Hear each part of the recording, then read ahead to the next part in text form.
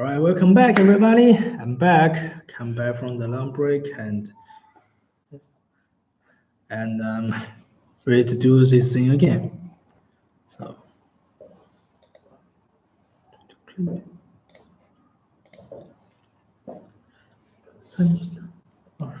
so we'll talk about a little bit about China in the morning, and I'm actually gonna do this a little bit more because I was a little bit down in the morning. You see, I was a little bit tired, and I had my lunch. I get my boss back.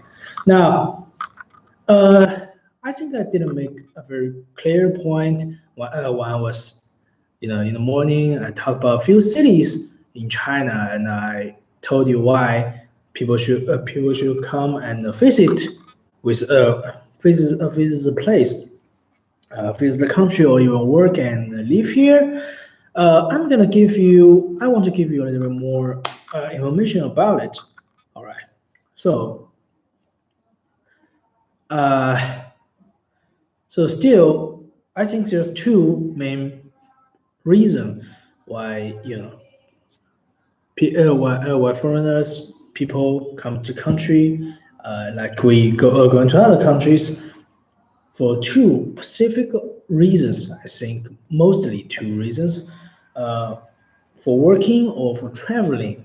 All right, I still gonna start from talking about uh, traveling in China, and I'm gonna tell you something about why I think this is countries that worth seeing. So I gotta introduce myself once again. My name is Arthur. I am from Dialyson and International, and I'm actually currently working here.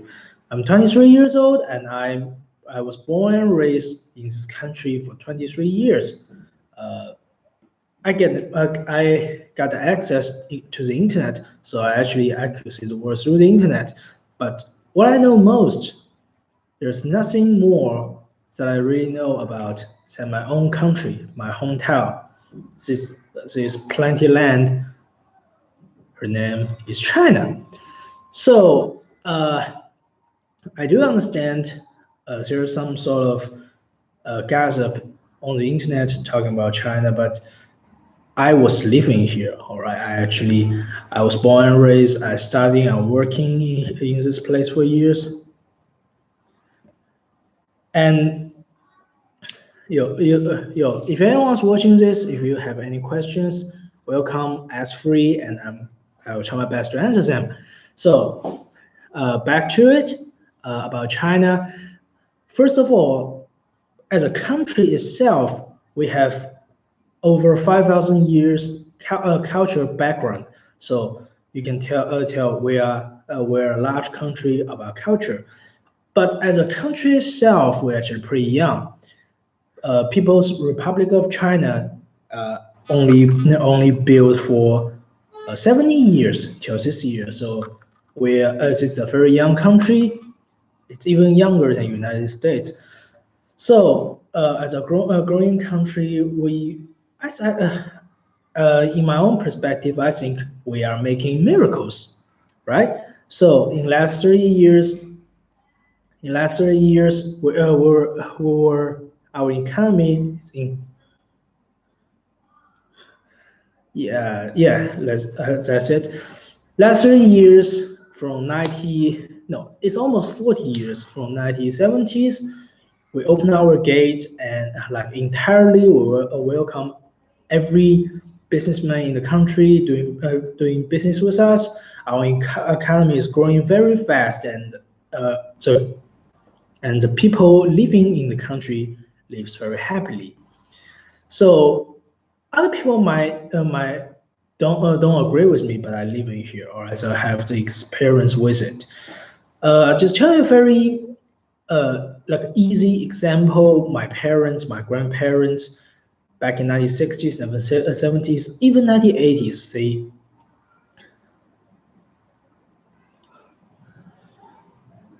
you know, back in the days when you need anything, you gonna need two things. All right, you only if you have the money, it doesn't work at all. You have to have a license to buy this kind of stuff like meat, rice, vegetables, basically everything, especially those tallies, electrical things. You're gonna need a license for that. And so when you get to the store, you're gonna show the store member the license and the money so they can sell it to you. So as you can see, the equipment, the need is very big in the country, but we didn't have enough products to provide to the market. But now, after 40 years, the economy is growing very fast. We're actually the second largest economy in the world.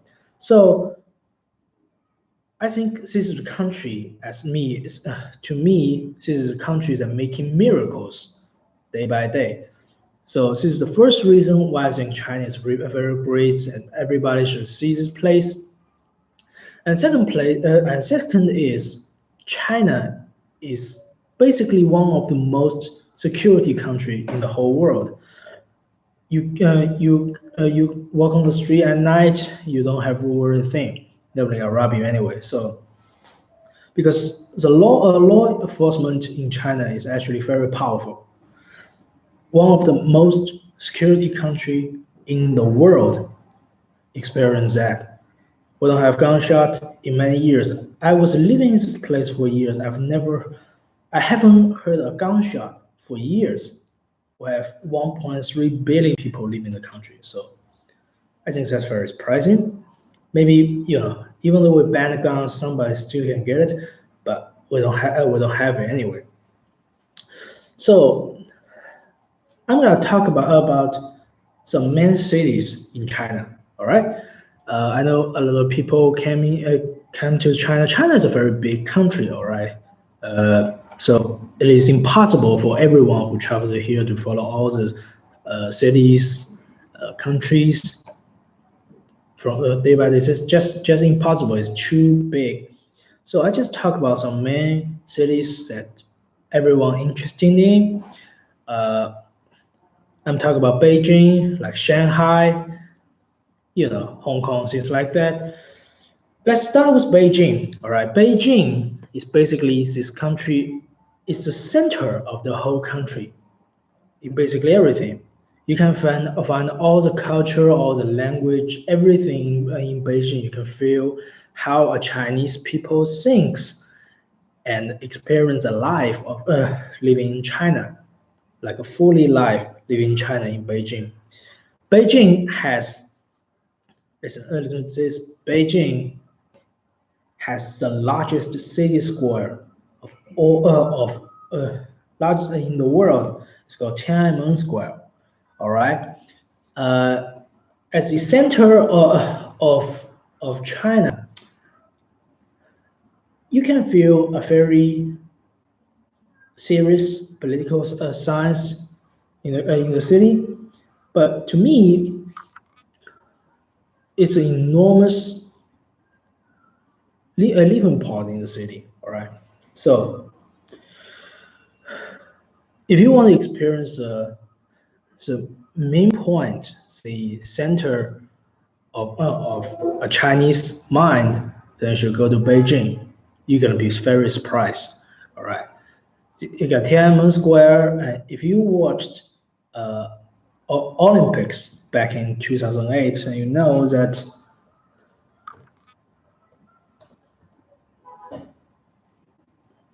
the center of Olympics is also in Beijing.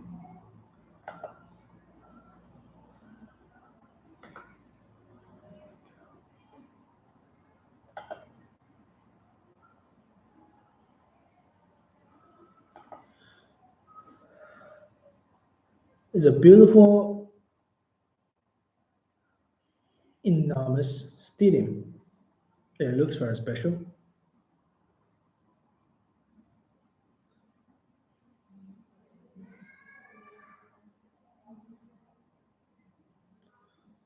And the weird thing is I can't find the English name for this. Oh,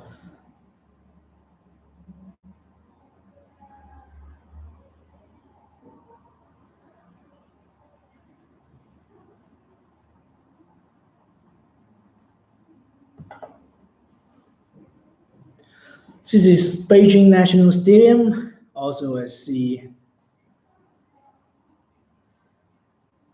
it looks, my God. It's also called as bird's nest. So you see this place, you couldn't actually feel the feeling of it until you stand in it. All right, you're standing outside, you see this huge, incredible, amazing thing, but you can't fully experience until you standing in it. Trust me, I've been there. I was living and I was standing in a point where see all the matches was being held. It was quite experience. It's very worth trying, and of course, you seeing this, you understand. Uh, and of course, the famous raising the flag scenes. It starts at 4 a.m. I couldn't make it when I was in Beijing, but you can see that on TV or something. But I believe that if you experience it on yourself, then you're gonna see the very in a very different perspective. You're gonna be very surprising. All right, see soldiers, they are working like a whole system. It's really exciting for Chinese. So this is Beijing. Oh, let's mention that we have basically 56 different different cultures and many different language mixed up together in the same country. So north and the north and south and every direction they have different kind of culture on their own. We're all the same, we're all together, but we have our own differences. So the special thing about Beijing is you can basically find everything in in this city, just alone in this city. If you took a taxi, you're gonna find the taxi driver is very friendly, and each and every one of them can represent China like a whole. You know, the best humanity in China, basically like surrounding through the center of the country because that's where the politics are. People just have that kind of construction together, they just build it together. So this is Beijing. Now I'm talk a little bit about Shanghai. Shanghai is also the center of China. However, it is like the economy center of China. As you see, if you want to experience, you want to get a little taste of what the kind of modern China looks like, then you should go to Shanghai. Tall buildings, all the modern signs, you can find everything in Shanghai. You can basically get anything you want in that big city. Any brand, any products you want, you can get it there. So Shanghai, as a modern city, has many different things. It is itself has a very complicated history. Uh, but from the beginning to the end, it still always be the economy center. You know, in last century, 1930s, 1940s, before before our country was built, this place was being captured by British and French, and you know, so that means the culture in the city was complicated and was mixed up. The top time in Shanghai, it has at least 5 or 6 different cultures. They just mix up together. So nowadays, you go to Shanghai, and you see Shanghai is basically two parts. A river just came through it, On the east part, that's a typical Chinese part, Chinese cultures, old buildings, traditional Chinese buildings, you can see them there. You can see that famous TV tower there, which I believe is called, that, come on, you gotta see that on the television or where. That tower was so special. It's very once you saw it, you will never forget. The name is a little bit too long. I try to pronounce it. It's called Oriental Pearl Tower. It stands beside the river. So when you go to the side of the river, you will never miss it. You can nowadays you can even step onto the you can step into the tower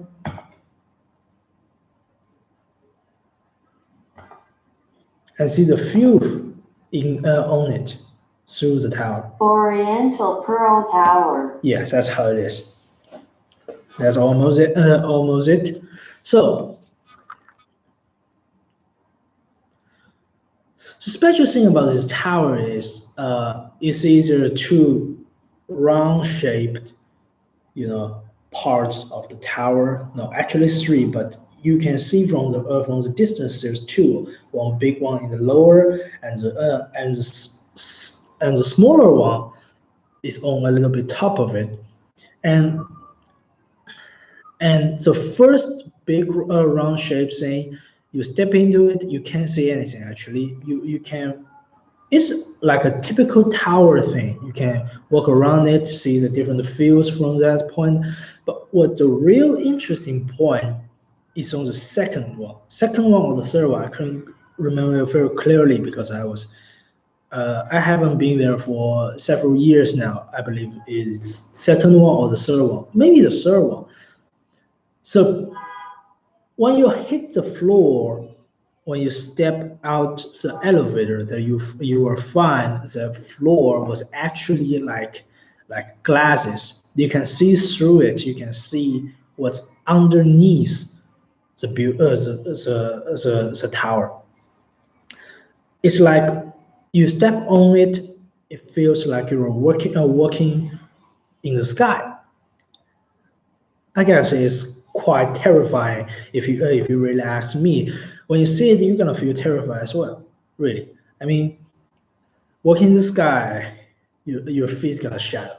So, but also very beautiful, and of course unique view on that tower. So that's a place that if you get a chance, you got to face it. So if anyone got interest into it, you can still follow our blog. All right. So just show some love. Thank you very much. Oh, so who's watching now? Oh, thank you very much. It got me very nervous. Anyway, so who doesn't know, my name is Arthur. I'm doing this live to introduce something about China. So interesting knowledge about China, right? So this is Shanghai. Oh, Shanghai's food was actually pretty good. It's very special. You should try this thing out. It's not for the people who have a big stomach. It's more like this very delicate, very like a jewelry things, very small, but it's quite sweet and tasty. I highly recommend it. Get up early and have a breakfast in Shanghai. You are not gonna regret it. All right, this is Shanghai. Basically, Beijing and Shanghai, you went to these two places, you know about 50% of China itself. How the culture went, how the economy grows, what kind of life people are having, like typical middle class, how is that really goes. You can do almost everything in these two cities because you can basically get anything you want in these two cities. But if you want anything more exotic, then you need to head little bit north. Go. There are so many things we can talk about because China is too big and it has different cultures as I expected. So this is bad.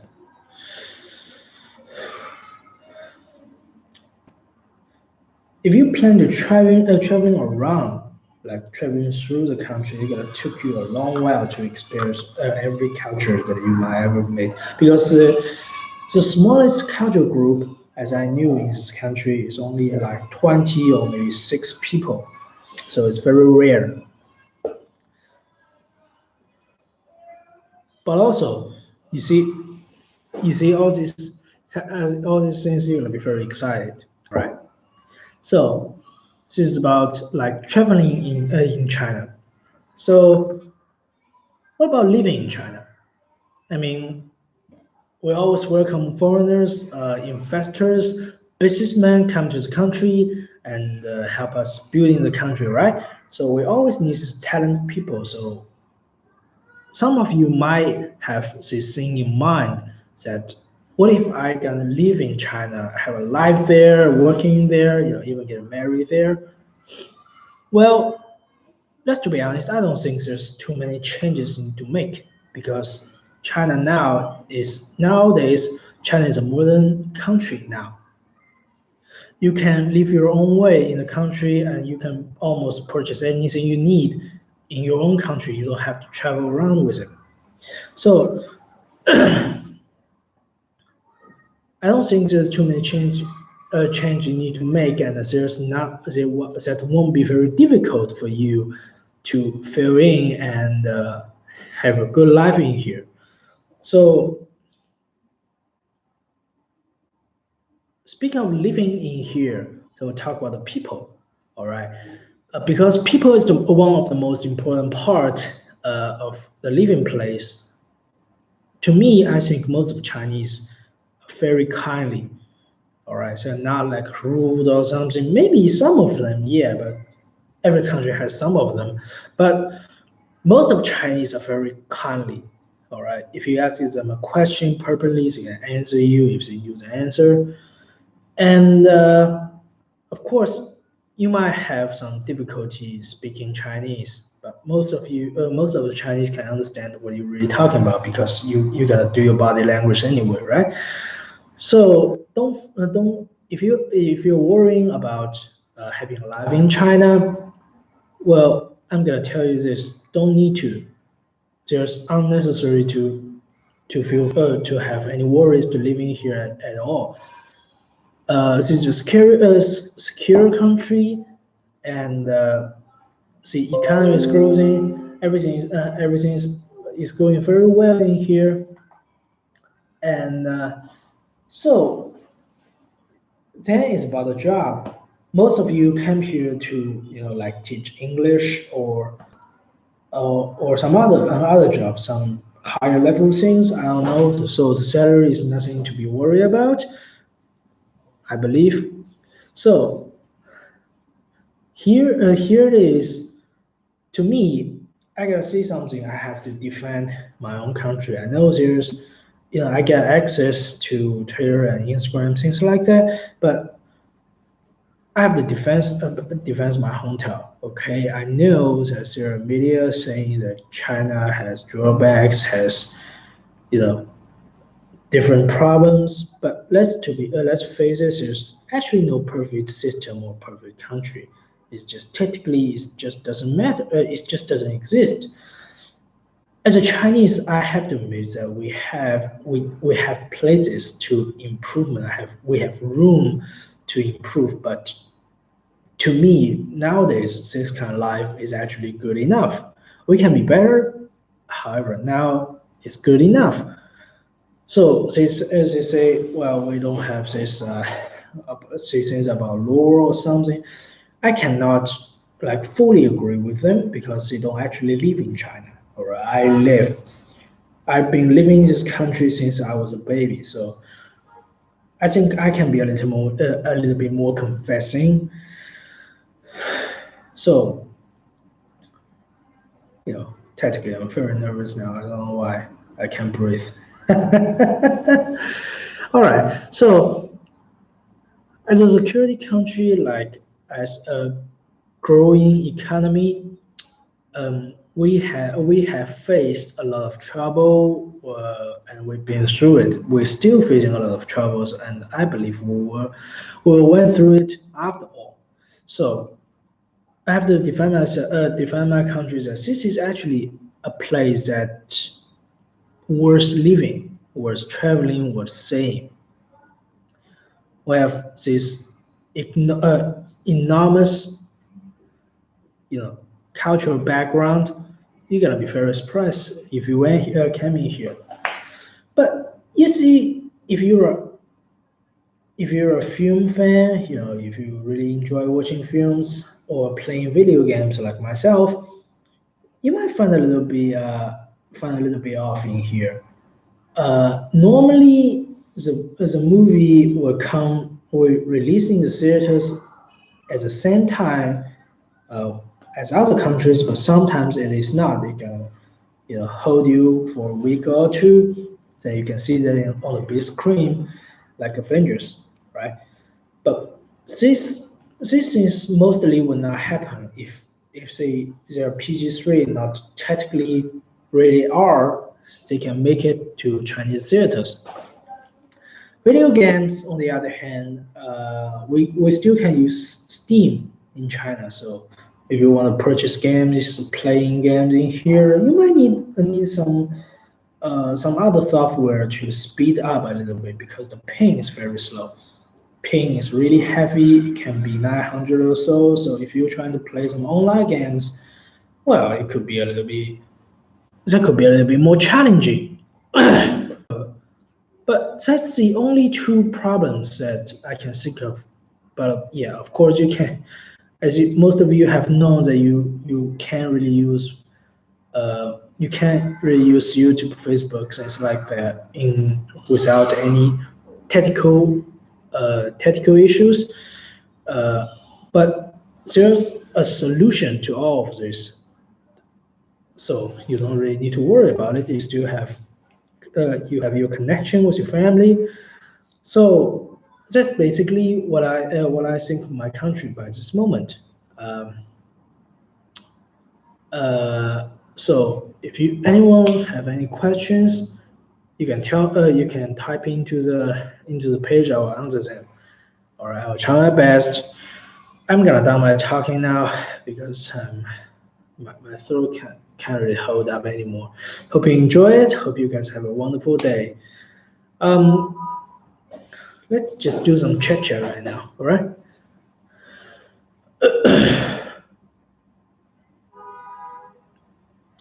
So I don't know who's watching, but I guess it's my boss or something. Come on.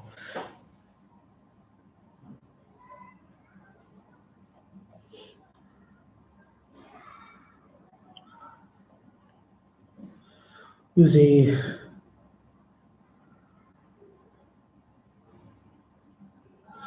no matter what country you're trying to traveling or you're trying to live, problems is always there. There's always different problems. So if you insist saying, oh, these problems will only occur in this country, well, I think this just it doesn't really make any sense. I mean, if anyone trying to ask a question like that, so uh,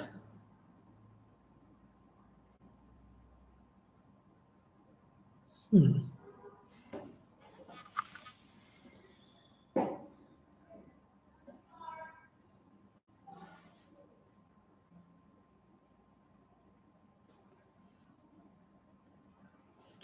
You see, as a child who's been living in this country since I was basically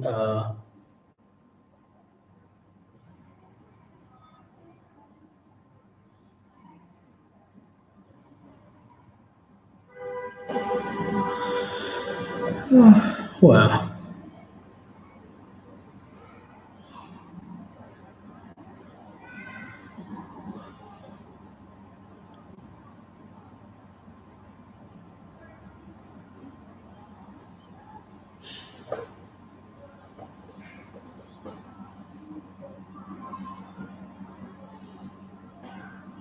have any of you ever considered to have a kid in here? I mean,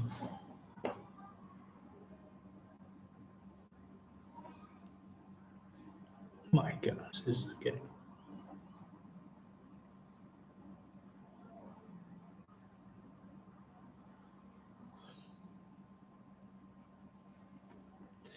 You see, I've been in.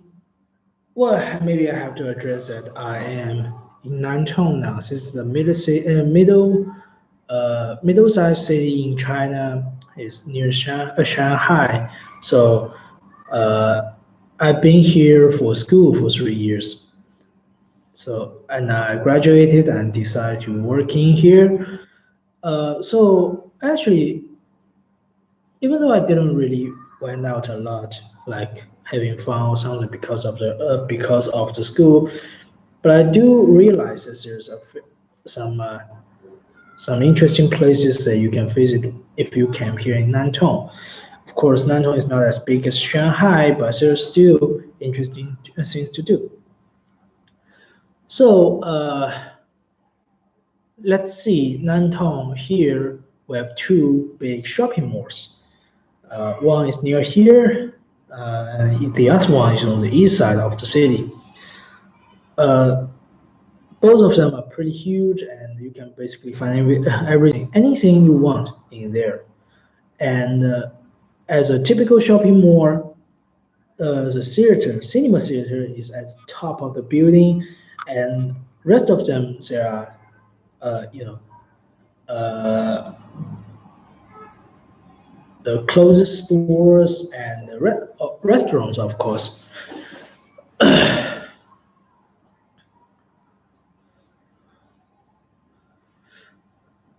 My personal favorite is a place called Mrs. Pancakes. Uh, Western style little dining room. They serve pancakes, of course. The price is actually pretty reasonable, I think, and they have steaks and everything. Tastes really good. And the other one, I don't know the English name of it, but it provides Japanese food, like sushis, noodles, everything you can ever imagine. So a little bit far from here, we got this park.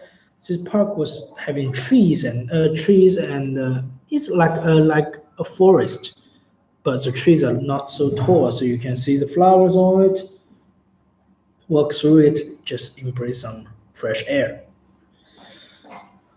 Well,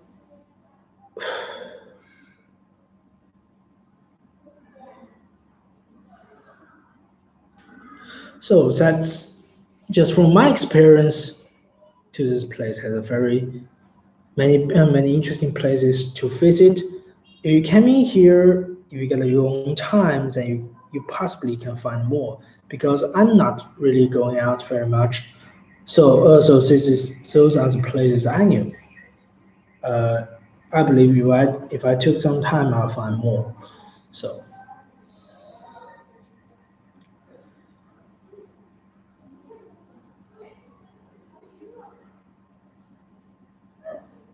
of course, in Nantong we have different universities. Uh, Mine is not like a technical universities, but there's Nantong universities in the city. It's not very far from here. You took a bus. It took you about 15 minutes to get hit there. Uh, Nantong University. I took a test in the school last week. It was a quite beautiful place. If you are looking for a good school to do exchange students, this is the place you're gonna see. I'm pretty sure you're gonna be very happy about it. You're gonna feel free. The food in the school is actually very good. The teacher is there is very kindly. It got what you need, right? So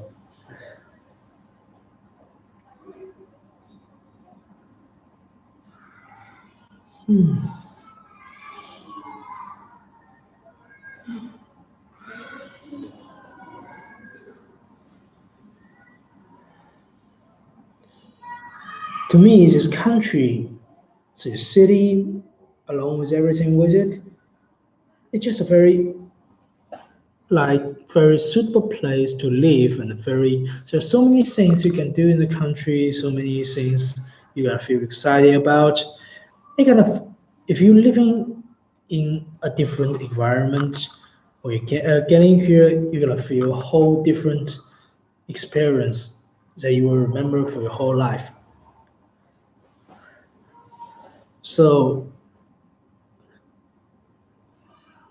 let's just cut the rest of things. Let's just say welcome. I assume all of you gonna come anyway.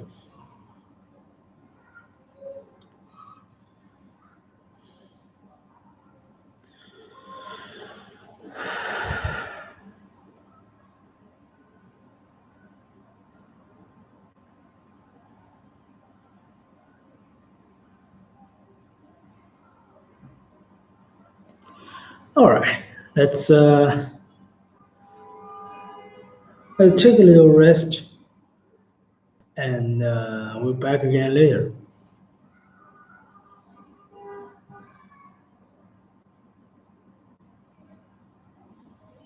See ya.